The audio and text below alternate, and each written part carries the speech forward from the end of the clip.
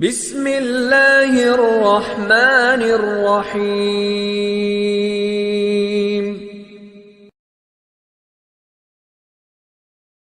آمین والعاقبۃ للمتقین والصلاة والسلام علی رسولہ الکریم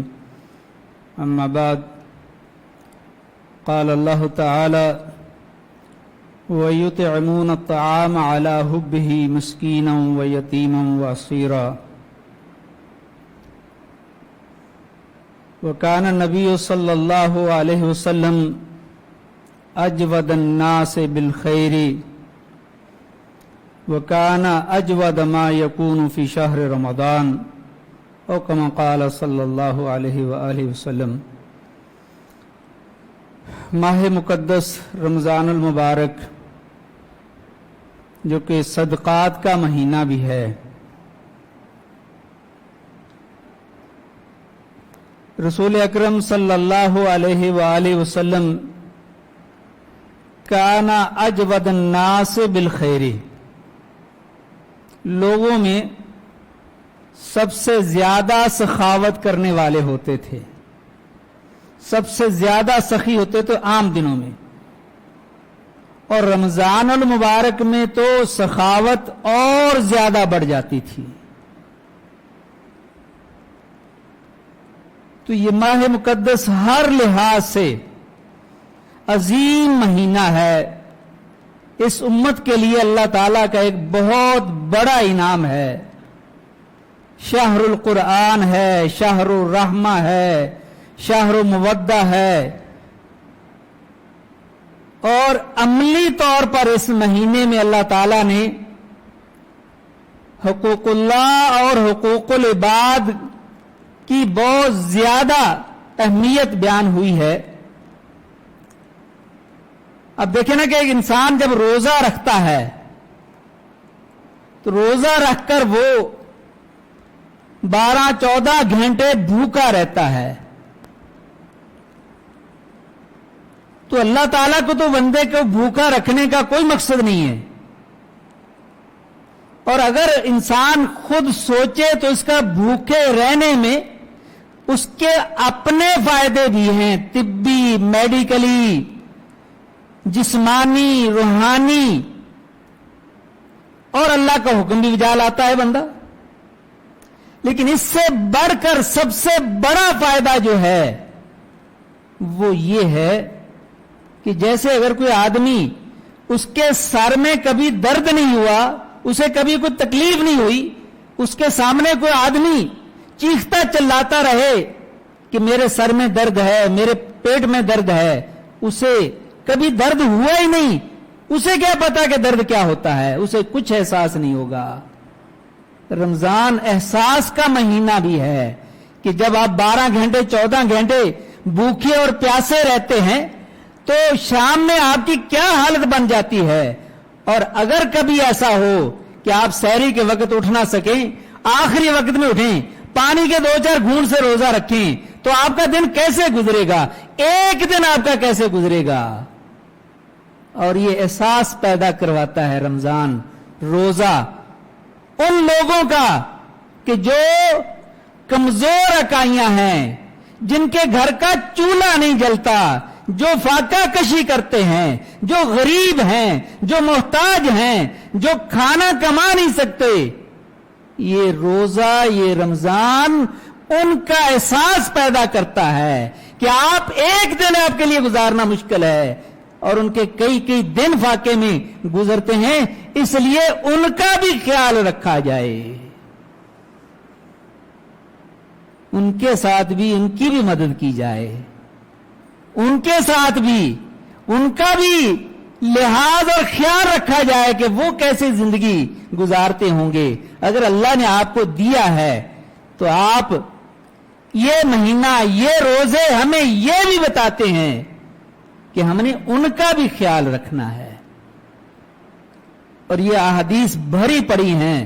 صدقات و خیرات کے فضائل میں،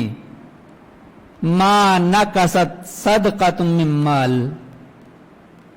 صدقہ دینے سے، صحیح مسلم کی روایت ہے، صدقے سے مال کم نہیں ہوتا، مال بڑھتا ہے، یہ اللہ کا نظام ہے۔